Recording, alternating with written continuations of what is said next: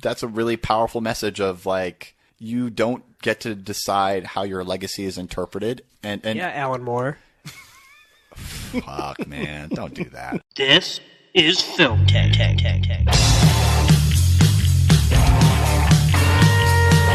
This is your last chance. After this, there is no turning back.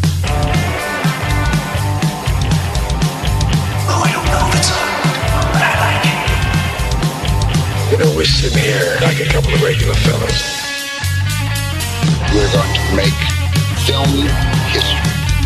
Can you say that again? Just the way you said it. Poor baby is starting to lose their head. They won't know what they're looking at or why they like it, but they'll know they want it.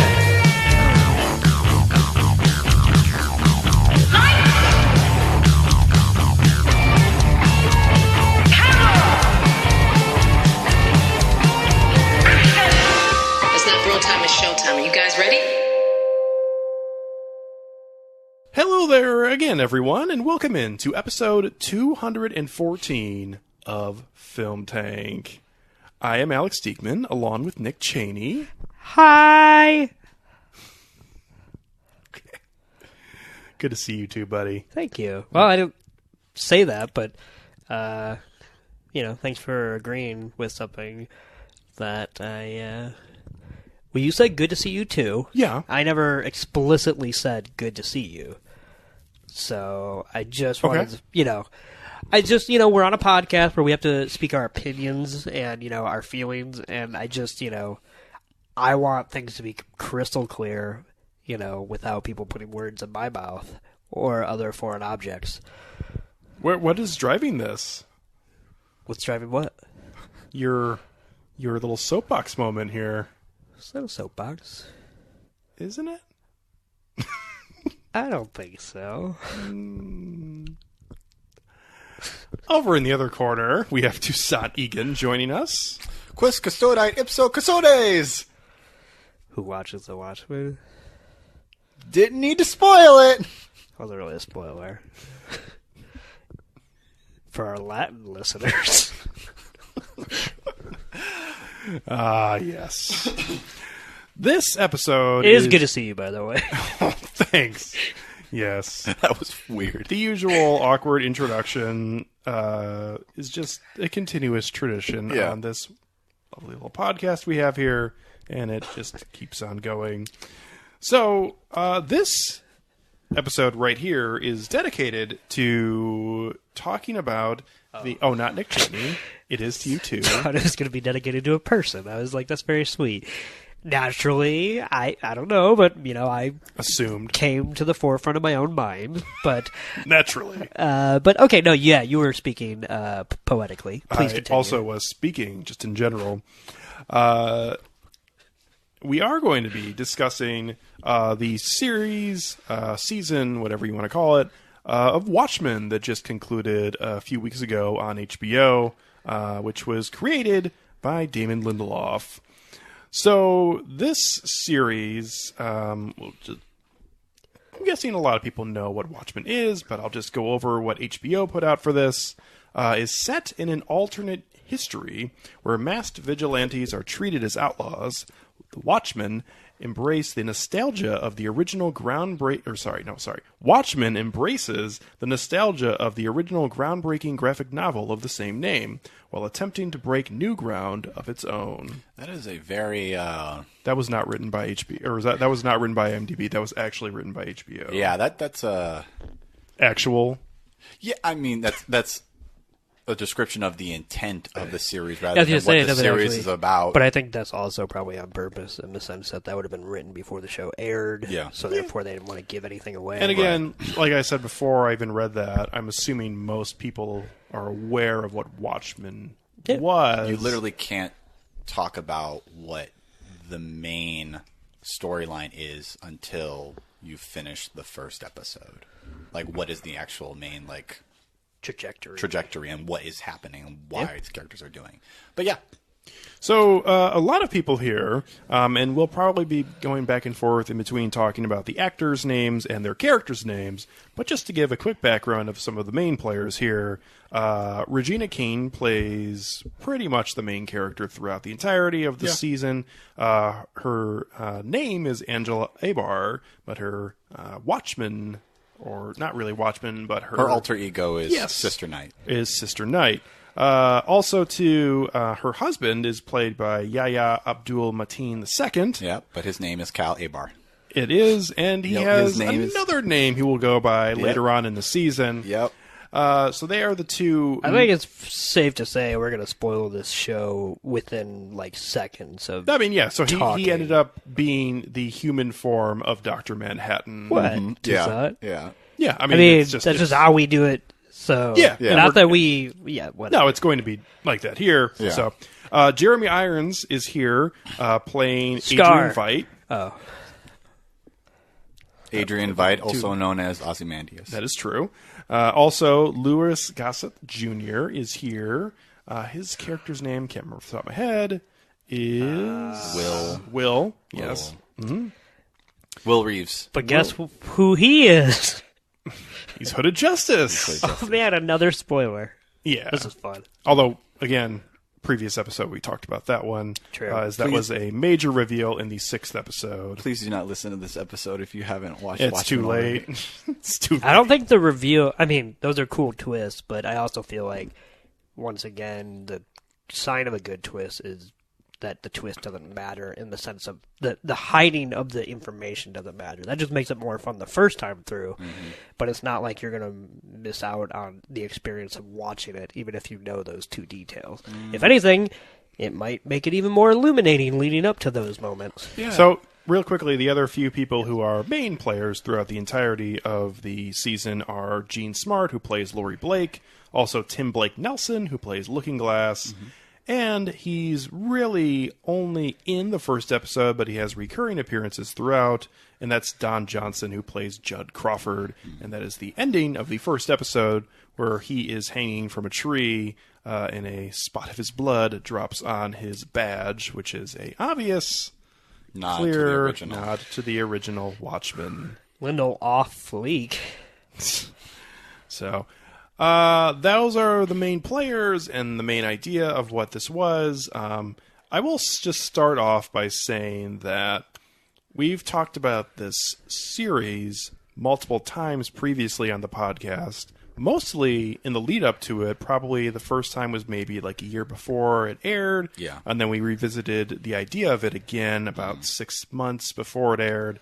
And then we obviously talked about it on an episode earlier, maybe like about a month or so ago. And I feel like for the most part, myself and Nick were on board for this, mostly because of the Lindelof portion of it, is that, Nick, you very much thought that he was going to bring at least something new and interesting to the table with this, while also trying to somewhat appease fans, but not necessarily like servicing them.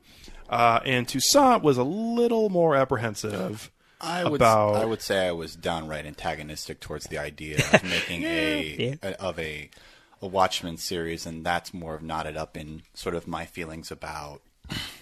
The fact is, Watchmen is one of my favorite comics because of the time when I read it, like when I was like just starting to get into graphic novels, and like Watchmen was like a formative experience, and I really enjoyed reading that, and I've actually written about it in class and like for school and other stuff like that. It's like, so I have a lot of love for that, and not only was my sort of antagonistic attitude towards this show, just the idea of the show, more of knotted up in the fact that I think that Watchmen as a comic is such a perfectly self-contained like media artifact, but also regards to the complicated history of Watchmen and the mistreatment of the person who wrote Watchmen, and the fact that the only way that this show could exist is because of that past mistreatment. And so that's sort of where my where my apprehension came from. The only thing about that aspect, which I do think is like a sad thing as far as the way the industry works and whatnot. But isn't that true of just about anybody who wrote a comic before, like... Yeah, comic books will break your heart.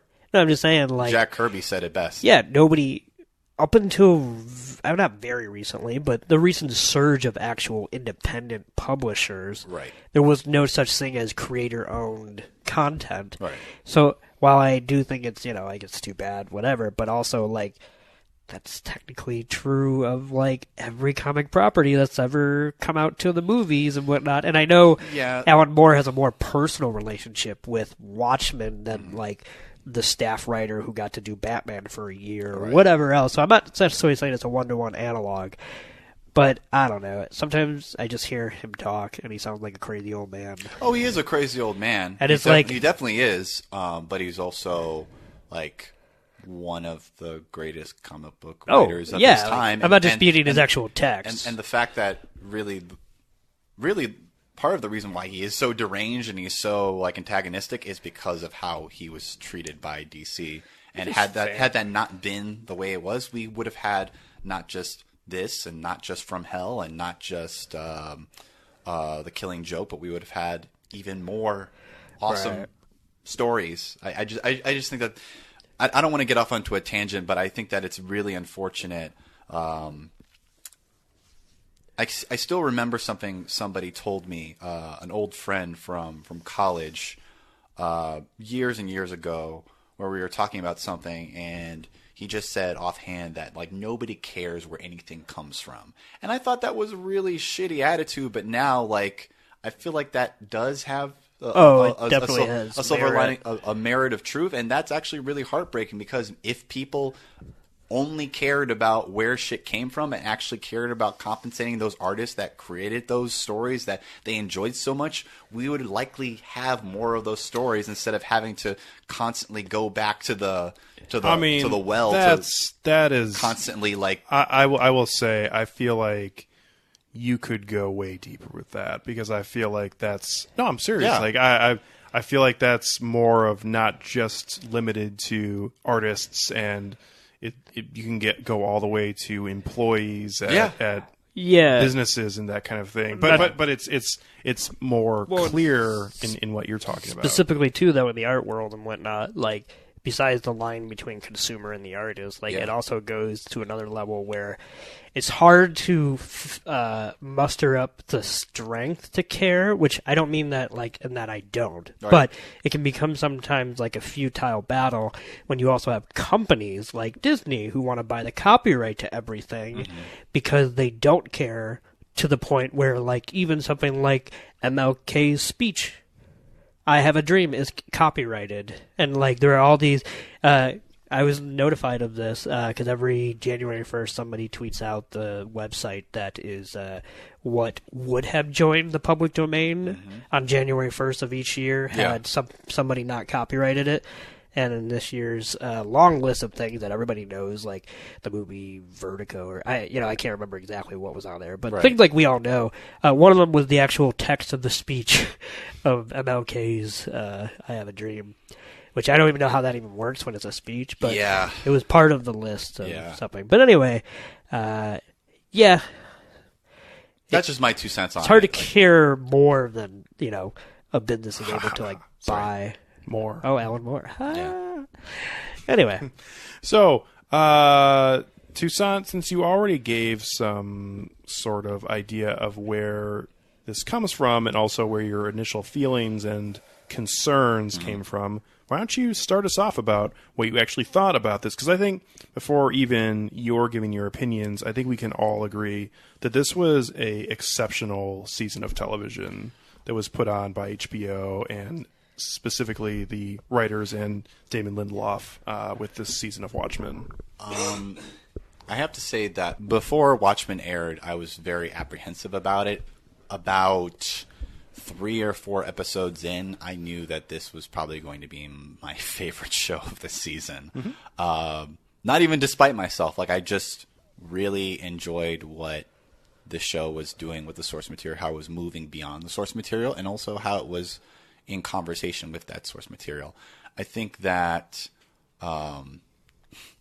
it's deeply ironic for me to say this, but I think that this was such a good first season of television that it should honestly just be a limited series, and there really shouldn't be a second season of Watchmen. And if there were to be a second season of Watchmen, it would have to be a radically different show, because it would have to... But you sent that cliffhanger. You know what? There was a cliffhanger at the end of the original Watchmen, and I think that... That wasn't a cliffhanger. Yes, it was. No, this was not. Oh, for the series. For this series? series. Yeah, it's not technically a cliffhanger. It's just something that... It's ambiguity is not always right. an ellipsis. Exactly. Sometimes it is its own form of punctuation that just sort of harkens to the ideas, like, I don't know where the future is going to go, but it's out there. Mm-hmm. Yeah. All we have to do is confront the present where it is now. Yeah, I think that's probably the highest compliment that I can give to this series, that I think that it should be its own self-contained thing in the same way that the original Watchmen comic was, because it manages to assert its own identity while also still being in conversation with the original text. There are some things that irk me as somebody who's like a Watchmen fan, is like some of the artistic liberties with regards to sort of the legacy characters and their depiction in this. Like, it's still something that I'm cool with, but if I think about it for too long, it's hard for me to sort of like, it's still stuck in my craw a little bit. I'm talking about particularly Ozymandias, where I like Ozymandias' depiction in this show. I like this character, but every time I try to reconcile this Ozymandias, no matter how many years in the future he is, respective to the original comic, it's hard to like match a 1-to-1 for how. Are you talking character motivations? I'm talking about just character. Okay. The character just seems so wildly different, and to a point where it seems to exist outside of just the passage of time. You know what I mean? The character that we mostly see in modern day, even though that is, not exactly what we're seeing when we see Jeremy Irons' character on screen. Right. But are you talking about like when they show flashbacks of like the 1980s, 1990s Ozymandias, like you're like seeing like there's no progression there to what he's ended up being, or just you're just saying that he just seems like a totally different person? It seems like a totally different person when he's at the manor. Okay. He's a lot more deranged. He's a lot more eccentric. I don't know if it's due to the conditions of where he has been confined, or if it's like just the passage of time. Like I'm very. I like how they handled the legacy characters. Is that some of these artistic licenses just kind of like, I don't know if I entirely agree with them, but I think they're plausible within the context of this sort of like telling. Yeah, I see what you're saying in the sense that I kind of have the same thing about Laurie. Yeah. Because I very much love Gene Smart in the show, and I very much love what Laurie had to do. Exactly. But I do think there was bending going on to, have that. But having said that, with Ozymandias and with Laurie, I almost preferred that they did that than try to thread the needle into that hole, because then at least they were telling the story they wanted to tell, instead of trying to, I don't know, lose value in the translation process of trying to line it up, perfectly. I'd rather them just do what they meant to do, knowing that their hearts and their, writing is in the right place, and then just let it fall where it does. And even aside from it adapting or extrapolating from the original source material, the story that this show has to tell on its own when it comes to generational trauma, when it has to do with trying to make peace with the past and move on and have a better future. I really enjoyed that. I think that it felt very bold for the way that it drew from actual historical events, like the Tulsa Massacre, how it actually recontextualized the backstory for Hooded Justice, which I talked about on a previous episode. Just that whole dynamic is really, really fascinating to me. And even outside of that, circling back to how it extrapolates from the original material, but how they were able to bring their own story in line tonally with that of Watchmen, or rather vice versa, because they took what sounds on paper to be a ridiculous premise, which is a giant squid falls into the middle of New York and kills 3 million people with a psychic blast, and then linking that to the idea of generational trauma. You think it sounds absolutely like horrendous, but they actually managed to do that in a compelling way where I felt a lot for the character of Looking Glass and Wade Tillman. Like, I was going to say, they make it felt, to me, what you're talking about, the creators of the show and the writers made it feel like it wouldn't make sense if it wasn't there. Yeah. Everything, within the context of everything that happens immediately after the end of Watchmen and how it matches to the reality of 2019 in the Watchmen world, like it all feels plausible. It all feels like it tracks, and I like that. Ironically, going off of what you're saying about the legacy characters, the two characters that they go a roundabout way of setting up in this show, being Hooded Justice and Dr. Manhattan, are the ones that work the best, which is kind of ironic because they're the ones who are not arriving at moment one of the show as like, this is what we've been doing. Like, there's a lot of sleight of hand and kind of not retconning, but basically seismic shifts in what we know about them and what they can do that completely, I thought, fit. I think that a lot of people would argue with the Hooded Justice stuff being a retcon, and I think that it's actually a pretty artful retcon. Be a retcon, though? Because, did we know who Hooded Justice was? No, but at the same time, I think it's I feel like if people say a retcon, it's because they can't not see a white person. I think it's technically a retcon because I don't think that when Alan Moore wrote Watchmen, I don't think he intended for Hooded Justice to be a black man, but I think it's an artful retcon because they're actually working within that material and creating a reason that actually feels not only plausible, but also it brings it in line with the actual original intentions of that character in such a way that it arguably improves upon that character. I agree with all that. Yeah. I would just, I guess, to that say, can you prove that Alan Moore wrote Hooded Justice as a white person? I mean, now obviously you can kind of go along that thread and say, well, subliminally, whatever, but pointedly, not really. Yeah. Not unless you were to ask him, and he probably would never answer. Even if he did write him as a white character, as long as we never see his face, it plays perfectly along with what the story is telling here of this idea of always having to be behind the mask. I mean, probably you see portions of his face through the eye holes, but that was explained. Probably the highlight of one of the highlights of the series, at least, is Will having to put the white makeup around his eyes for when he's wearing the mask. I mean, that is just so deep into what this really is, and this idea of wanting to make a difference, but also having to play this game. Yeah, even being a superhero, you have to play this game. Right? Yeah. The valorization of vigilante personalities only extends so far as you are not outside of the mainstream too far. Like, you can only be out of the mainstream so far. You can put on a potato sack on your head and beat the shit out of people, but if you're a black man, I swear to God. Well, not only that, but also the show addresses the idea that if you have a character like Hooded Justice, like from the original series, and you don't reveal who they are, and you only get to know them through, lines of dialogue and interactions with others, then what's going to happen is myths and whatnot are going to form, and that's why we have in universe that a lot of people believe Hooded Justice was coded as a homosexual, and that's why he had.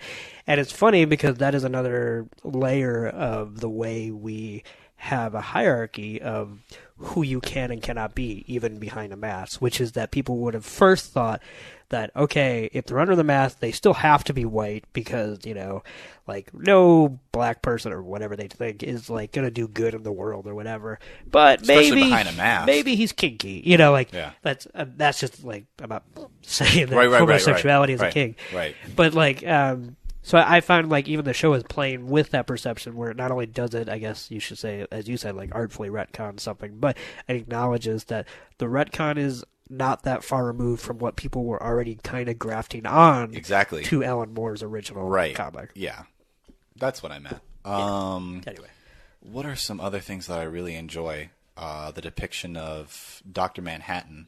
That was something that sort of like knocked the wind out of me. When you finally learn that who Dr. Manhattan is, who he has been this entire time, and not even in the episode like a god walks into a bar, but I think it's the one that precedes this, like this it might be this extraordinary being. It might be this extraordinary being where she is like coming out of the coma, and then she confronts Lady True, and then she goes back to the house, and then she like has to retrieve the little ring from Cal's like forehead. You know what?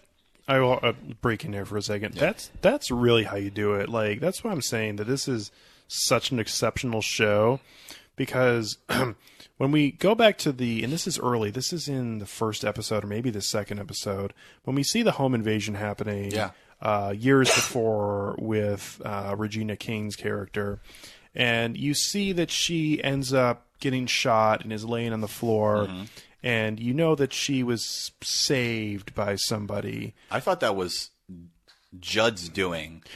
But that's the thing, because that was the match cut that happened. It really from her is up. Fantastic. A really nice payoff then after finding out that he actually used his powers unbeknownst to him at the time to save her, basically. But you didn't make it so obvious that you have to be like, "Ooh, what was that?" Like, that's just how you do it. Like that is 101 what it should be, and yet here we are. But that's also multifaceted, because in that is also the ground zero for the entire it's the animating incident for this entire Cavalry's plan, which we were not prone to knowing until the very last episode. Right. And yet it's not like hidden so much as it is just kind of there, and it was like, oh, that makes perfect sense. Yeah. I mean, I spent the entire season, like up until like Dr. Manhattan being revealed, wondering like what possibly could force Dr. Manhattan to come back to Earth. Like what could be so awful that he would decide to come back, and his life. But no, it was like, I was still stuck in sort of the mentality of why he left Earth in the first place, when I didn't clue into the fact that he had already grown and changed from that moment as soon as he came back to Earth, and that when he left and why he would come back after that. And I thought that it was just something like, as soon as Trent Reznor and Atticus Ross's rendition of Life on Mars came on, I just thought that was just the most beautiful way of sort of cementing that realization that it's the reason why he came back was so simple, and it was love. It was just love. And then the next episode is them telling that actual love story, and I think that it's actually a really powerful and affirming love story. How this character who is essentially immortal, who is presumably can never die, right? Will probably outlast the totality of human civilization, still finds meaning in going down to Earth and falling in love, even though he knows that it cannot last. And I think that's, I don't know, and him making sort of that argument to Angela and eventually winning her over, like, I think that was genuinely beautiful. Well, not only that, but the writing for that was fucking great. Yeah, but the fact that it kind of boils down to a love story, it's great for two reasons, which is that, one, it becomes the antithesis of nothing ends. You know, it's like it's the exact opposite, which is when he's trying to pitch her on it. He's like, well, every love, dies at some point because you grow old, you die, or whatever. But the other thing that I think was really well done about the love story is that on paper it sounds awful. If before I watched the season, if you would have told me that would have been, because one of his biggest character traits, or whatever you want to call it, is that he has this long history of really bad relationships. Yeah. And I would not have really cared to watch another relationship, good or bad. But the fact that they actually came up with a good reason as to why this one would be different, whereas basically he can exhibit love if he experiences the absence of its powers, because he is human after all. I thought that was very well done. So if I may. Yeah, please. I guess we can, in general, at least talk. I know that we have to get to our thoughts on it, me and you, Nick, but we're kind of talking about Dr. Manhattan, which was definitely one of my favorite parts of the whole season. Was him, and I think that was a great finale for that character. But I'm really, really fascinated by his character's motivations in the final episode. I think clearly he wants to end, in my opinion, in one way or the other.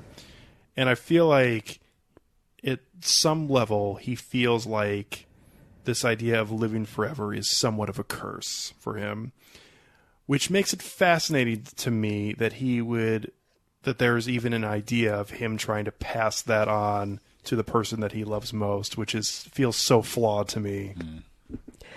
Well, is it? It's a flawed system inherently. However, there could be technically a reading of hope in it, because the last line of the entire series is Will talking to Angela saying, well, he could have did more. Yeah, for all he did, he could have done more. And maybe, I do think what we see of Angela is that she is the kind of person who would go above and beyond. Which I feel like... No? I've just been thinking about that. I don't mean to cut you off. No, I think the whole thing is very much up for debate, one way or the other, and it's pretty fascinating to me. I know. Well, yeah, I definitely think that it's definitely coded as hopeful, but I can't help but question the rationale or the wisdom of bequeathing those powers even to the woman you love, when I've already seen that woman practice heaps of extrajudicial justice and just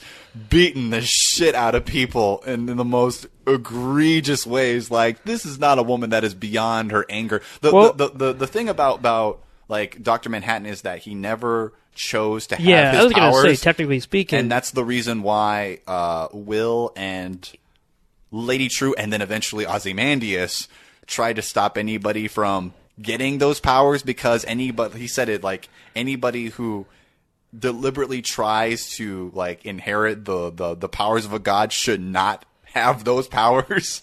Well, which is what makes me have a little bit of a cynical view on the ending, because she's clearly aware of the possibilities there with what she's doing. Right. So, but doesn't that also speak to the idea that he says, I would never not consensually give my powers to anybody. Right. So he didn't touch her, die, and now she has the powers. Mm-hmm. He died and left the choice with her, which is the first time that's ever been done with these kind of powers in the history of Watchmen, which I agree that it's an inherently flawed system, and to give anybody powers makes them prone to, you know, possibly falling.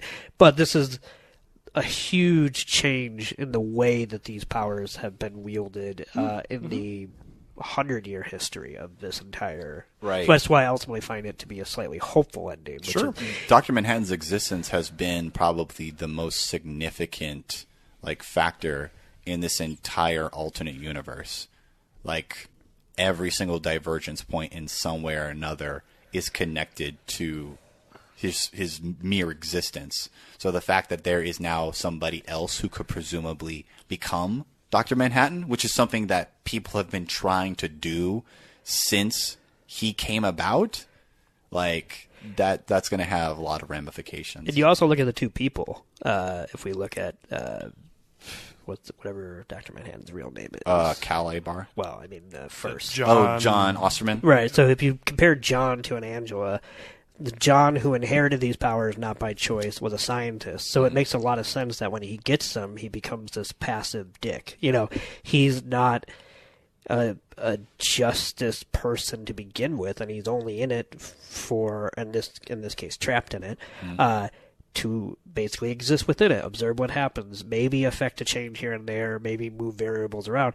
But the power is given to a person who has been who's a police officer, whatever you think about the law enforcement. Right, yeah. Put that aside for a second. At least go with the analogy of that's the exact opposite of a passive vocation. A passive actor, but an active, So, I mean, I feel like this is all coded to be something that was dangerously passive is now being passed on to someone who, at the very least, has a slightly more passion for at least enacting some moral relativity. Right. Yeah. It's I mean, cops suck. Yeah. But. Yeah. It's just a very precarious, and I think that the precarity of that final shot, the hopefulness and the precarity of it, mirrors that of the original ending of Watchmen, where it's just like this piece, this world is at peace, but it is such a fragile piece built on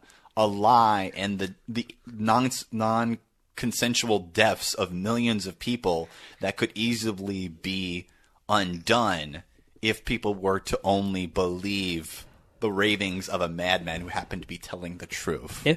So. Yeah, no, in fact, that's one of my favorite things about this entire series is that Rorschach is never a figure. I mean, he's an icon, but never did they ever dip into the idea of a new Rorschach or looking back at the old Rorschach. I think that, like, when the first trailer came out, and I think I talked about this with you guys over Face Chat when we were just hashing out about that actual trailer, and what I thought was so compelling and so interesting about it, and honestly, I don't feel like it was really touched on in the actual series itself, but if you actually look at it conceptually, why it makes sense, I think that it totally makes sense why Rorschach's Journal would become this rallying cry for a nativist movement of white supremacists, not because he himself might have been a white supremacist at all, but because of the fact that his very symbol is that of a Rorschach, which means that you could see in it whatever you want to see, and the very fact that for a guy who was all about the black and white division of what was true and what was false, he has no say in how his legacy is negotiated. I was going to say, I feel like the biggest thing about the using of Rorschach's journal, and even though I don't necessarily love Rorschach as a character, I mean, I think the biggest thing in this, big thing about a lot of things in the real world that we live in, is just the misreading of text. Yeah. And taking what you will from it, any words to mean whatever you want your argument to be. I mean, and I'm not saying that a lot of what's in his journal is not leading in that direction, but you could use that and say, this means that we should do this. I mean, I still know people who watch the Purge franchise and think that it in and of itself is actually a vote in favor of a Purge-like system. Yeah. So the fact that that's even a possibility. Well, the one I was thinking of in film is one of the most obvious examples. That's a litmus test right there. One of the most obvious examples, which is Fight Club, which is this reading of, and it's like, no. That was one of those films where not to diverge too much, but it was one of those films where I totally remember what my reaction was to the original book and the film when I was 15, 16 versus my reaction to the film when I was 22. And it's just a night and day difference. I finally clued in to the fact of the subtext beneath the text. I was like, yo, what the fuck? People haven't made that leap yet. Yeah, some people haven't made that leap yet. You got to take maybe a media theory class, man, because you can't read for shit. Damn. But what were we talking about? We're talking about Rorschach. Mm-hmm. I think that's a really powerful message of you don't get to decide how your legacy is interpreted, and Alan Moore. Fuck, man, don't do that. It totally makes sense why. It totally makes sense within the context of the universe why his sort of persona would be taken up as sort of a martyr symbol by so many. Yeah. So I guess I'll give my overall thoughts on this, as I know we're kind of just passing it around, but I think it's a good thing to do. I thought this series was absolutely fantastic. I don't want to call myself a fanboy, but I firmly believe that HBO is putting out just extremely quality content right now with their programming that they have. Stark differences from somebody like Netflix, which has some good stuff here and there, but it's about quantity. Yeah, I guess. But that's the thing. HBO has a lot of series too, and some of them aren't as good as the others. But when it's good, like HBO does majorly quality content. They got highs and they got lows. Netflix has got a lot of mid. Yeah, a couple highs. They're just having a hard time finding their voice. So yeah. So I feel like this. Saying that, I feel like this was just a wonderful season of television. And you never read the original comic. I've not. My point of reference is still the Zack Snyder film. And I told Nick this, and I may have mentioned it to Toussaint. I feel like Damon Lindelof definitely does not hate the Zack Snyder film, as there are clear, I don't want to necessarily say references, but there are very major nods to the film that happened throughout the entirety of this season of television, which I appreciated, because the reality is that is part of Watchmen's history, whether you like it or not. Yeah. So there it is. So that's really my reference point. I've still never sat down and read the actual graphic novel cover to cover. I own it. I've read parts of it. I've never, and I mean to, but I have not reached the point where I'm going to be an avid reader yet. But I'd like to at some point in my life. Not only on top of that, you didn't engage with the PDpedia stuff while the show was airing. That is correct. Nick, you should mention a little bit of that if you want. The PDpedia stuff? Yeah. I did not read it either. You didn't read it? I remember the first week I read the first 3 documents, and I thought it was cool and it was fun. But I didn't even keep up with the show week to week. How was I supposed to read? I'm sorry. I guess this is, and this isn't really negative about the show, but like I don't want to have to read some alternative text to find out what happened to Lube Man. Here's the thing, though. I'm with Toussaint in that if I were to read it, and I might still read it now, especially now that I've watched it all. Yeah. It's very much on purpose that there is this kind of extracurricular text, because that is harkening back to the original comic, where in between each issue, or I should say at the end of every issue, there was an actual in-universe text of something, whether you were reading the actual memoirs. The thing, though, just from my perspective, and I am not a person who's in on all this, but from my perspective, it feels like some shit that Disney would do with Star Wars. So this predates. But it's not like a coda. It's not like an epilogue. Yeah, no, this basically goes back to what Alan Moore did in Watchmen, which is you'd read the issue. At the end of the issue, now we're going to read an excerpt from the original Night Owl's memoirs. Like an artifact from that actual world. Now, it was part of the issue, because why you wouldn't sell it separately, obviously. Whereas here, they're not going to put a document up on your television screen, whatnot. So it's like the only way to do it the same way. Most of the primary details about Hooded Justice are conveyed through Hollis Manson, the original Night Owl's memoir. Yeah, it was all his conjectures. Yeah, too. from his conjectures, like in that actual like text. So, and the reason why I didn't read them, or at least the reason why I didn't feel like the impulse to go and read them, even though I actually did read the first couple and I thought they were good, is because Damon Lindelof first real television gig was Lost, writing for that, and that show was famous for doing that kind of you saw the episode, now go online because this thing you saw, this company has a fake website, and if you go to the fake website, and it became this whole and all of that didn't really amount to shit. Yeah, and it didn't amount to shit.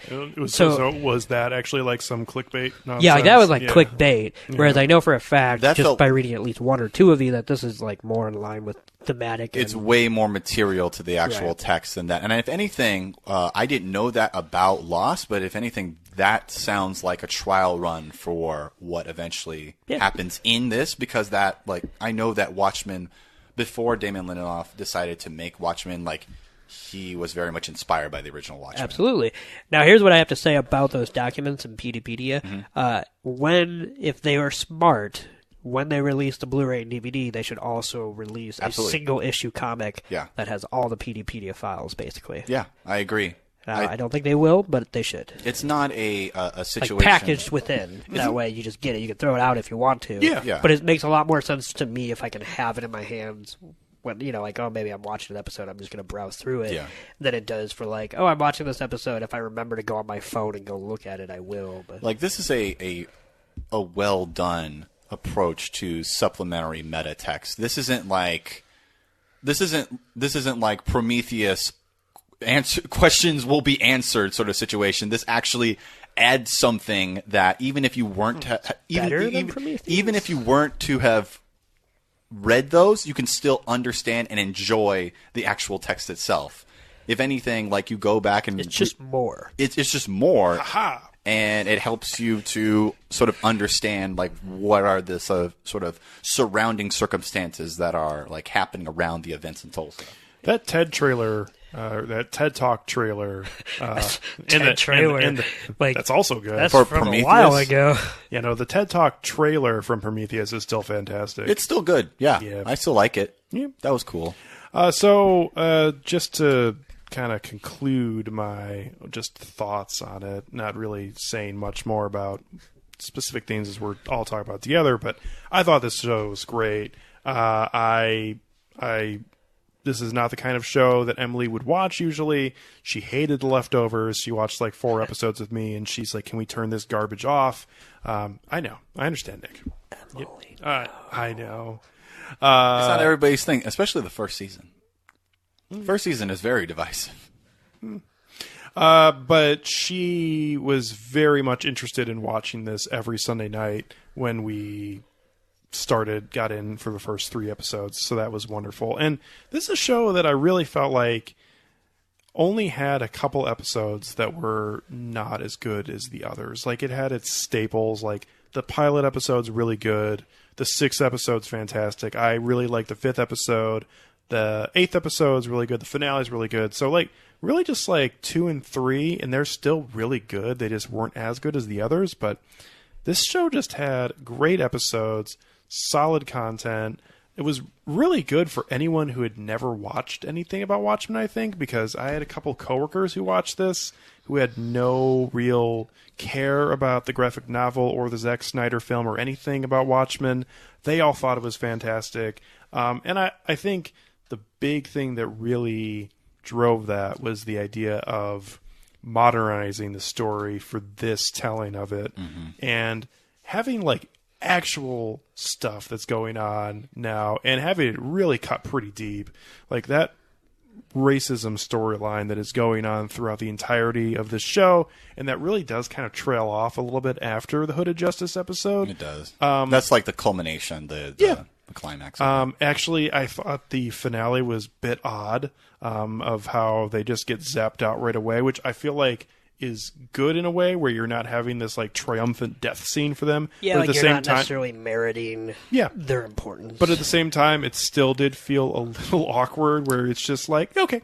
The reason why I really liked their exit was because it's preceded by James Walk running around in his little whitey tighties, trying to make the speech seem way more like, I don't know, dignified and glorious. Are you talking about Joseph Keane Jr.? Yeah, it was like, I'm about to become the most powerful being in the universe. The fact that he had to say that speech in his underwear is just great. Having my dick hanging out, it's just overkill. Yeah. Like, yep.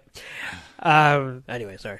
No, that was pretty much it. I mentioned it, I think, on our last time we talked about it, but I thought Jeremy Irons was so good in this series. His portrayal of Ozymandias, even though it's not really a character that I have, any affinity for, but still, it's like I liked his take. His portrayal of it is great. A lot of comedic beats come out of what he's doing, but it's not like hamming it up. One of the best fart jokes in anything. Oh, boy, yeah. How about that? That is just like going all in for that. Him just throwing the cake. Yeah, that was fantastic. Yeah, that was very good. Yeah. So many awkward moments, too, with that, which even I feel like the second or third time through of watching this series, they're just never going to get any better because it's more of just a decision about what's happening in this universe. But like him growing the fetuses into full-grown adults and having them scream in the background as he puts music on to tune that shit out oh boy, yep, that's whew. Yeah. All right, reggae. Yeah, so no, this was really great from start to finish, and there's too many details to talk about on an episode that we're having, but yeah, I just loved it. I thought it was really, really fantastic, and I want theirs to only be the only season. Like, usually after a great season of something, you just in general, I would feel like want more and want another thing to come down the pipe. And like, I want this to be it. If anything, I want this to be it and have there be like 10 or 15 years go by. And then if he wants to revisit something down the road, make it its own thing there. But this was just really, really, really good. Yeah. So, if anything, if there were to be a second season of Watchmen, and I'm not saying there should be, but if there were, I think it would have to follow in sort of the precedent of The Leftovers, in that the second season is sort of like a reboot that reorients it to another location and then has sort of like a different sort of vibe and a different beat to it, but also having its own characters respective to that story. And if they are going to hearken to characters from this series, then they have to be handled in the same way the legacy characters were handled in this season, which is that like whoever is the main character of the second season is the sun, and those legacy characters just happen to orbit around that sun. They happen like wherever their orbit may intersect with like the story of the main character, like it has to be meaningful. And that's the reason why Night Owl isn't in this story, because there was no way to really meaningfully fit him in, but he does sort of like relate at least to the origin story of one character, which is Lori, and why she is there. So yeah.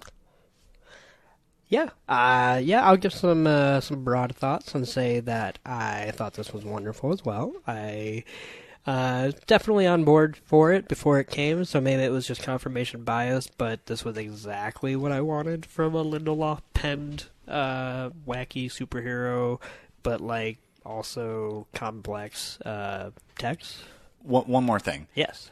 Another reason why I think that this show was so successful is that if you just take a long view, if you take a long view perspective of it, it essentially is, structurally at least, the same type of story as the original Watchmen, and that is a neo-noir mystery, like murder mystery, like set in a world of costume adventurers. It's the same description as the original. Right. Yeah. Different characters, different structure overall, but on a whole, in a broad way, like that is what Watchmen is, I guess. So and so I very much enjoyed this. I thought there's so many things present in the show that I'm a huge sucker for that are just like television catnip to me, whether it's needle drops during end credits and other random things like that just wholly make a unified product that I just absolutely eat up, and luckily it's also just as good as it is. But as someone who very much loves the original comic, Watchmen, but also I don't think puts it up on the pedestal of like one of my favorite things ever. Yeah. I think it's one of the best things ever, but that's different than something I personally love, like whatever. But then this came out and basically became my version of that, because I like television probably the most of any medium. So I felt like I got to experience what most people probably feel when they read the original Watchmen, which is like...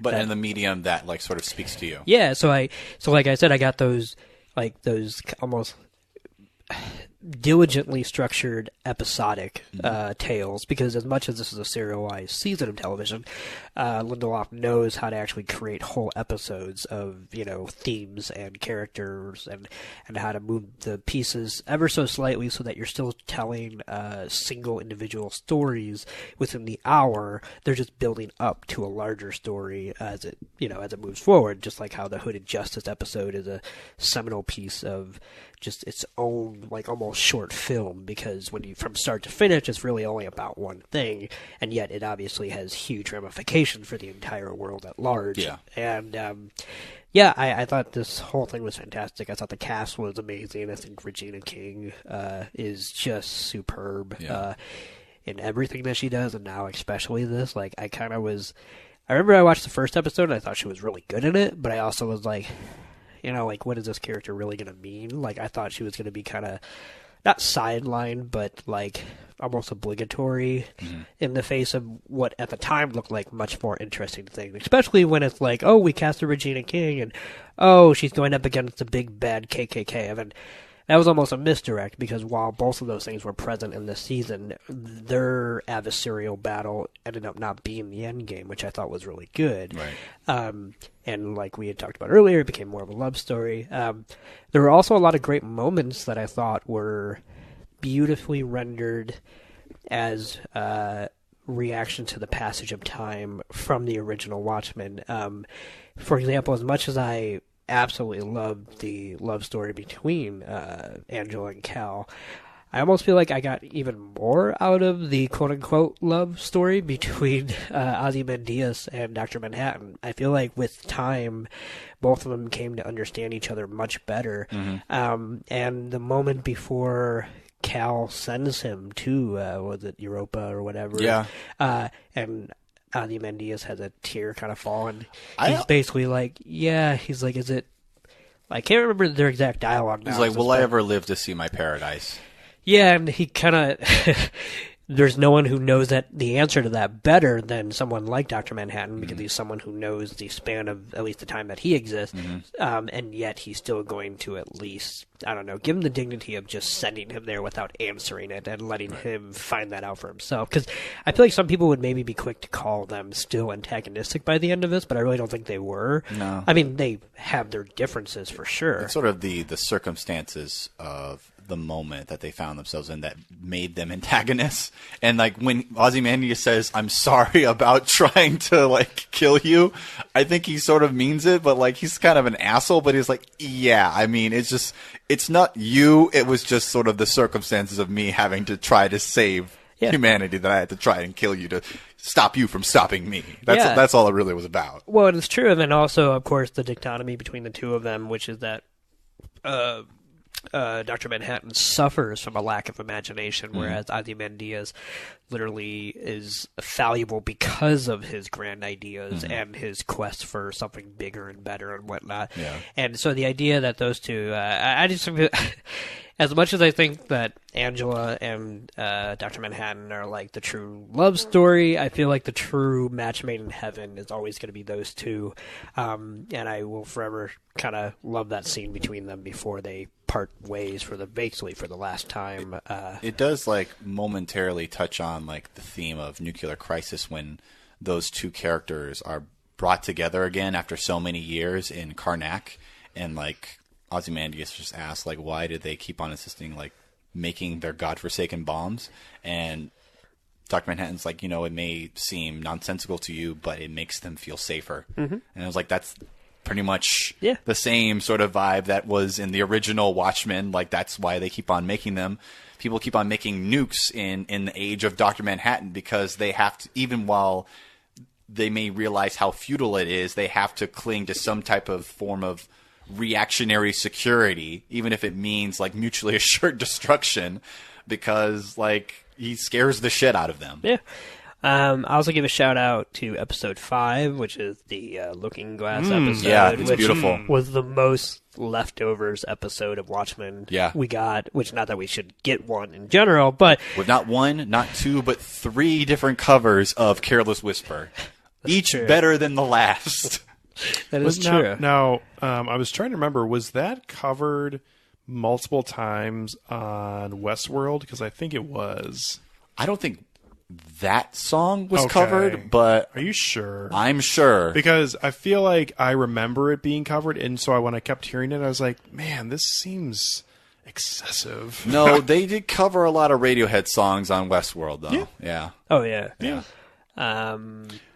But yeah, no, that 5th episode is absolutely fantastic. I mean, that has one of my favorite parts of the whole series, and it's a really small detail, but it, I think, really shows what this universe is.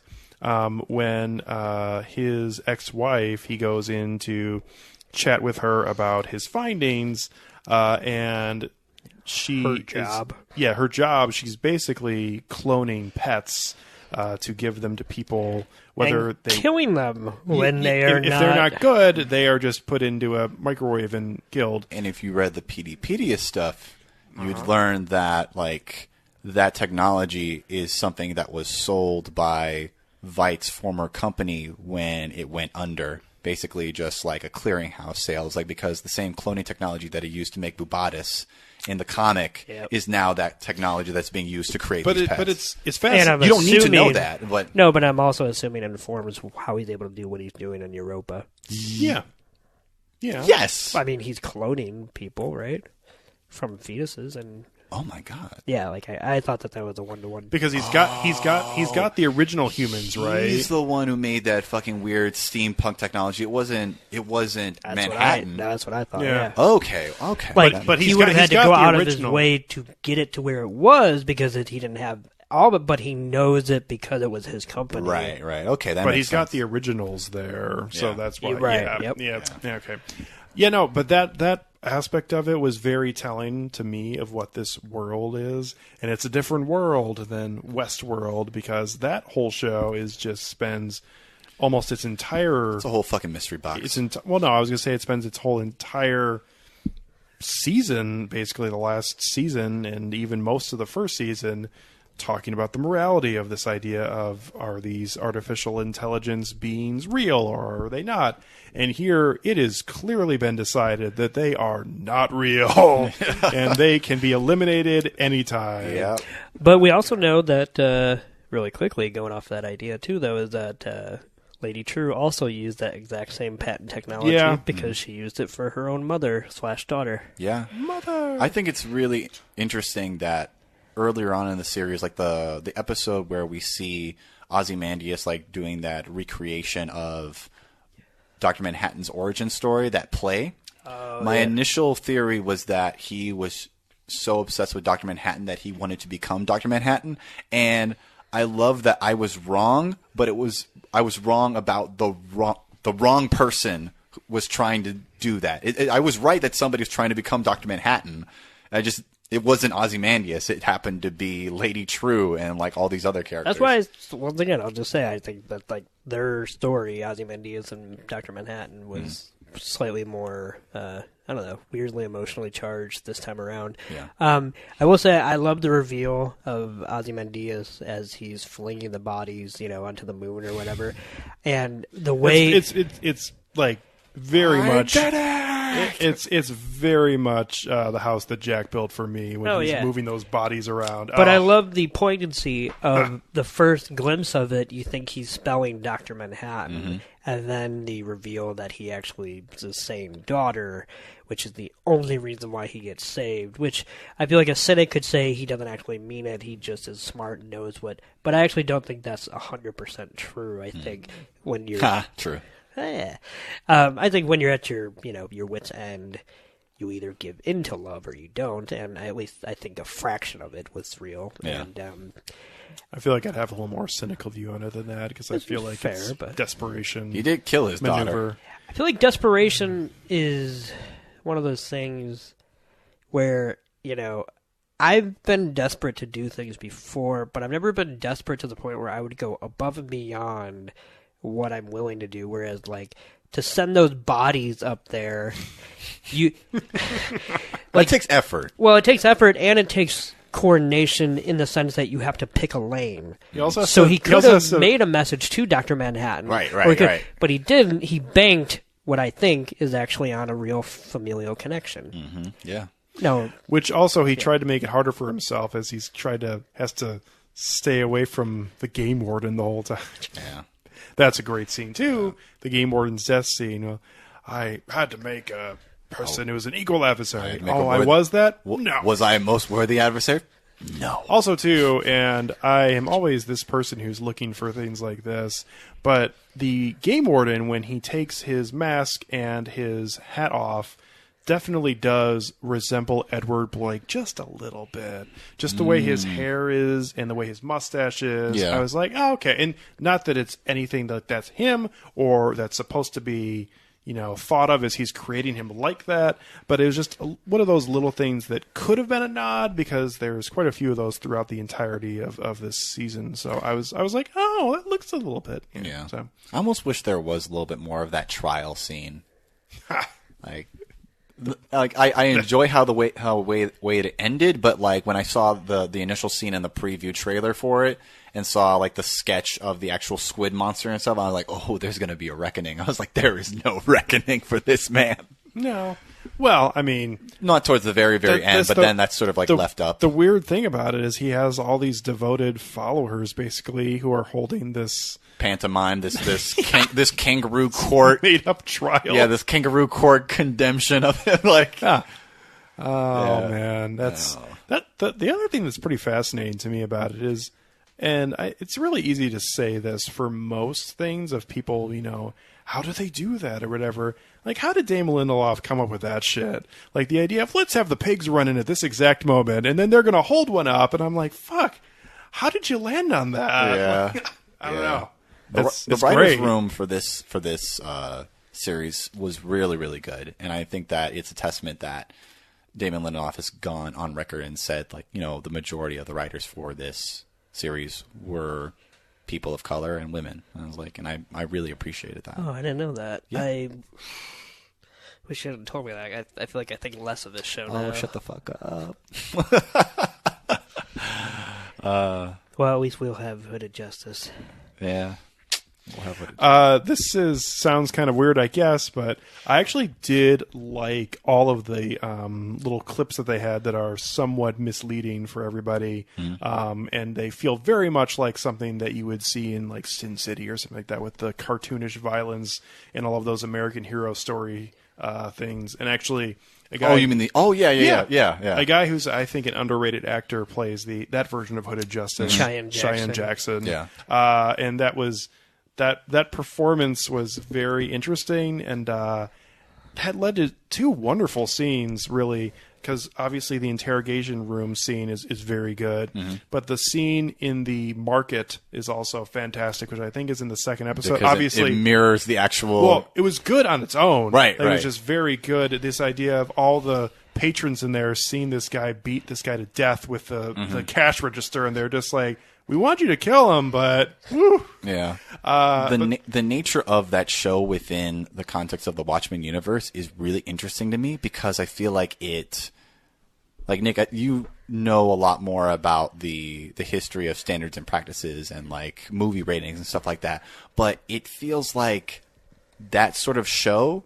Like, for the people who watch it, where you have, like, Angela's, like, son who was watching the show, you have all these people, it's like prestige television. It's like their HBO, like what they're looking at. It is very much cashing in on the Ryan Murphy craze of basically recontextualizing almost recent history. Right. Because, I mean, that's the thing about, like, when you talk about something like the Tulsa Massacre or something, right. Like, there are people who probably don't fathom the idea that that's recent history, but it is. If it happened in this century, basically, then it's something that, is recent enough that, your grandfather or somebody could have been there. Right. And so Ryan Murphy has been very... prolific in the last 5 years of doing that with things like the OJ case and the Versace murder and a bunch of other things. So, in fact, he was actually supposed to be on the show. Ryan Murphy, there was supposed to be a cameo where they were going to show like clips from the show, and then they were going to show randomly at another point an interview with Ryan Murphy talking about his American Hero story. But I think what I think is really interesting about American Hero story is because it is... like so many other innocuous details in this story, it is an artifact of a post-Squid world. I think that the extremism of violence and sex in that show is sort of like a cultural, like, sort of like aftershock. Yeah. Like after you have like 3 million people being killed by a squid, how does that radically change how people view the world? I'll say this about And especially, what you're saying. Right. Is that I personally think that was one of the things where it felt like that was the least alternative history, where I felt like we're already there. Yeah.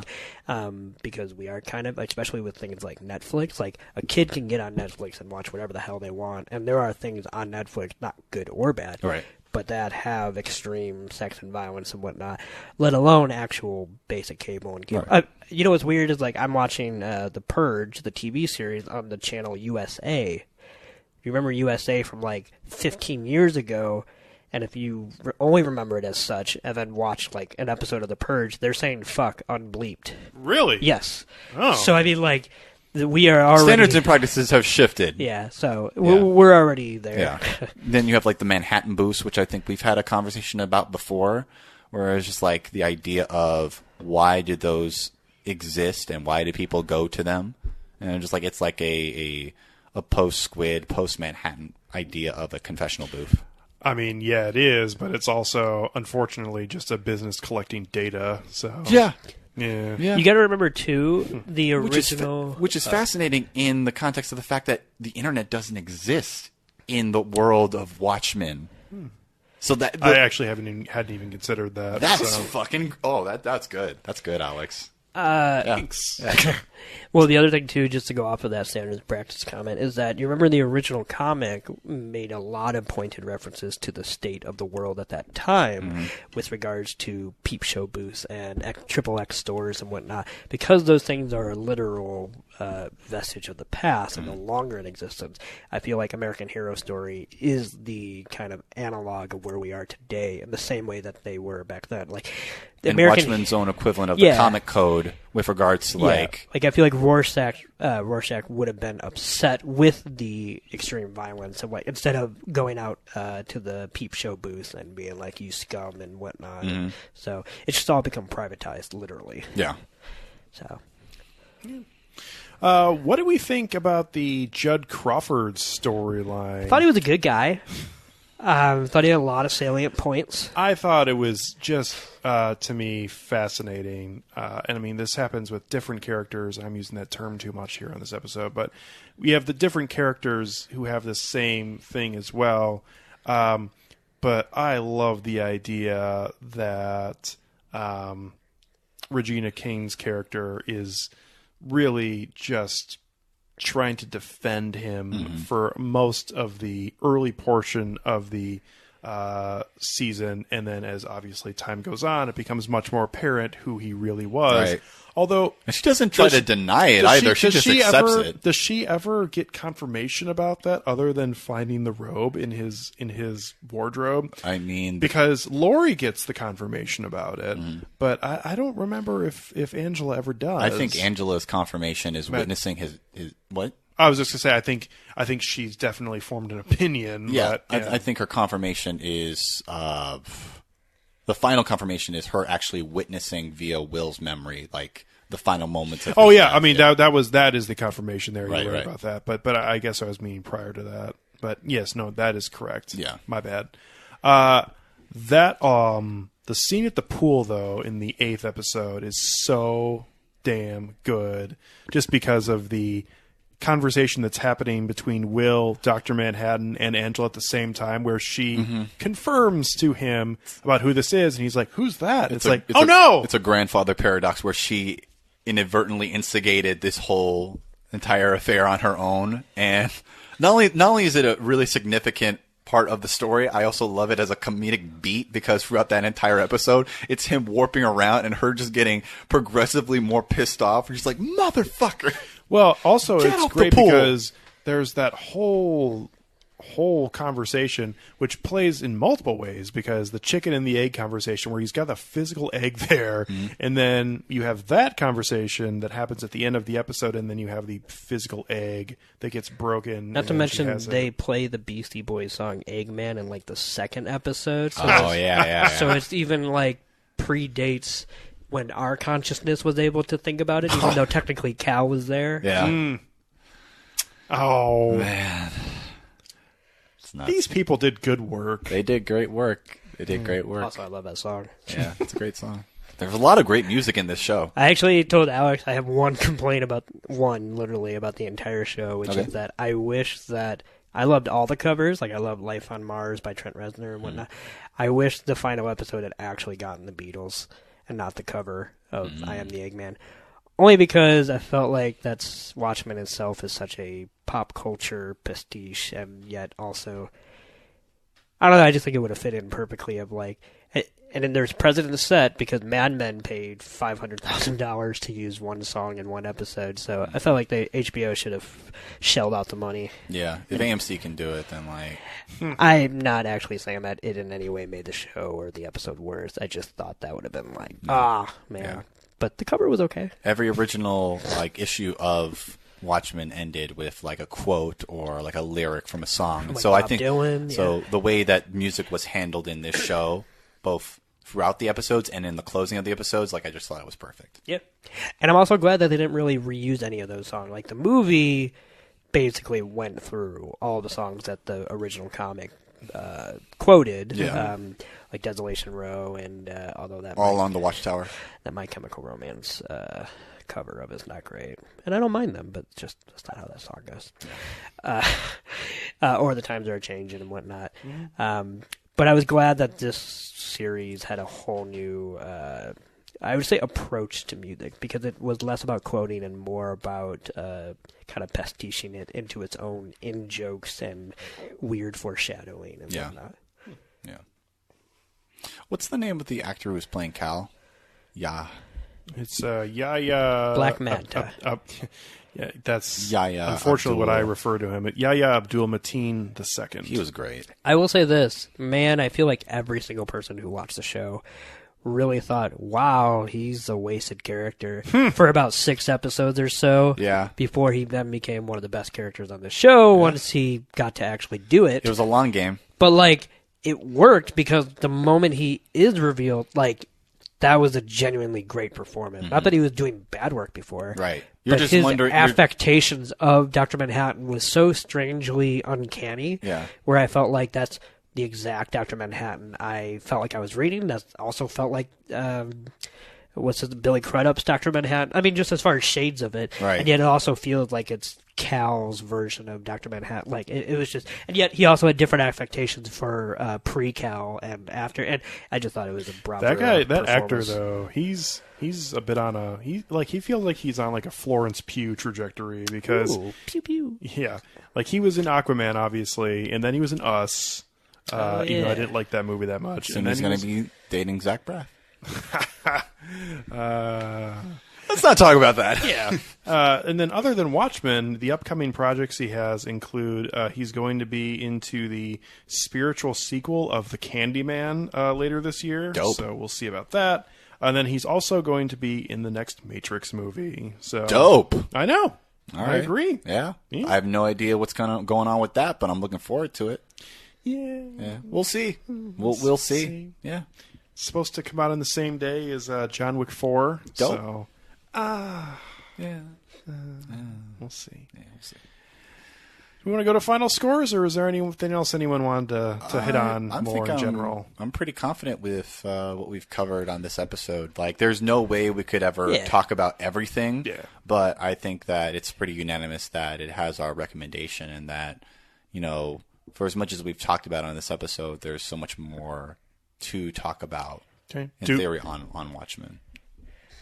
I give this a 5 out of 5. Yeah. I think that it's it's an extraordinary season of television. I really enjoyed it. It's not going to be everybody's bag, but for me, both as somebody who loves the original comic and did not think that it needed to have this show, I think that while it may not be necessary, it definitely feels true to that original source material. I think that they really understand what Watchmen is, and I hope that if they do make a second season that they don't fuck it up, because I feel like it's even more precarious now. More than anything, and HBO in general, I mean, they've had misses, obviously. I mean, they do all the time, but the idea of them trying to cash in on the success of this and having someone else do another season sounds just terrible to me, but my suspicion is that they wouldn't do that. Yeah. Not at least not without Damon Lindelof being involved in some capacity. Yeah, at least having him be the driving force behind it. Yeah. Right. So I also thought this was fabulous, and I gave it a 5 out of 5. This was, everything I could want out of a season of television. It's not what I came here for, but it's what I'm happy it ended up being. And, you know, that's just a hallmark to me of great work, whether it be in film or in television. I don't love Watchmen, and I don't, you know, hold it near and dear to my heart. But this made me really appreciate the story, appreciate the characters, and more appreciate the message that this property was trying to deliver. This had so much to say about race, and so much to say about race in 2019, and where we are. And it felt, even though this is an alternate universe, it felt unfortunately authentic. And it was just a very good telling of this particular story. And I don't own very many seasons of television, but I will be going out and buying this as soon as it's available. Yeah. That's how good this was. Yeah. So well done to HBO, Damon Lindelof, and his whole crew that made this happen. And 5 out of 5 for me for the season of Watchmen. Hello. Hello. Welcome to Film Tank. Hi.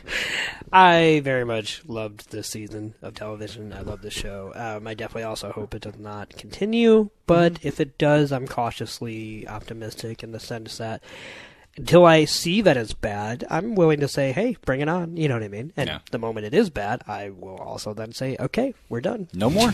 Stop it. But I loved what we got here. I thought it was fantastic. It's not my favorite thing I watched this year on television, but it's also pretty much an inarguable object of media. Like, there's really nothing wrong with it. What is your favorite thing you watched this year? Probably Fleabag Season 2. Oh, I need to watch that. What Fleabag did in the course of 2.5 hours is just more emotionally crazy than anything I've watched this year. Okay. Yeah. I also have to kind of think back on what aired this year, too, but that's like my go-to answer. Golden Globes really hit the right buttons this year with Fleabag and Succession winning the 2 top prizes. I probably also prefer Succession a little bit more, not because I think it's necessarily better, but because that's slightly more just like, I don't know, just tailor-made for me. Born on the floor, baby. Oh, God, so Born on the floor. Especially because that was a second season of a TV show, so like I'm even more impressed that a show that I thought was fantastic in season 1 kept it, you know, at the same level. Anyway, but I thought this was fantastic. I mean, it's probably in my top 3, top 5 of I watch a lot of shows. I know. That's why I was asking. Yeah. So, but I love this as well, and I thought everything was fantastic. I can't wait to rewatch it, and I would say that I give it a 4.5. Okay. So. Yeah. Very good. That's fair. Boom. Anyone out there has any thoughts on Watchmen? We're always here. Well, keep it to yourself, or you could email us at filmtankshow@gmail.com.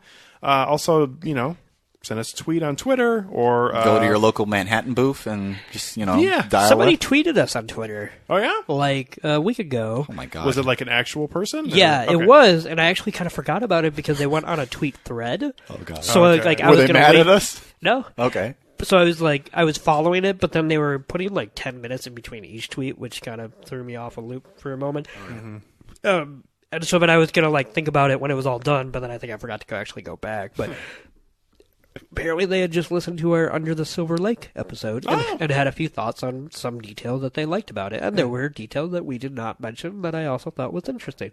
Some I disagreed with, some I actually do agree with, some, you know, it was all good. Yeah.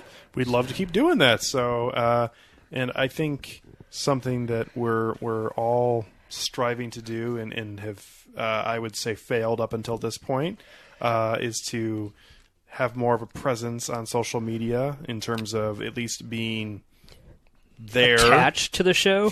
Yeah. Because I feel like at least most of us have a presence on social media. Oh, I'm yeah. But yeah, no, and actually associating with the show is definitely a goal.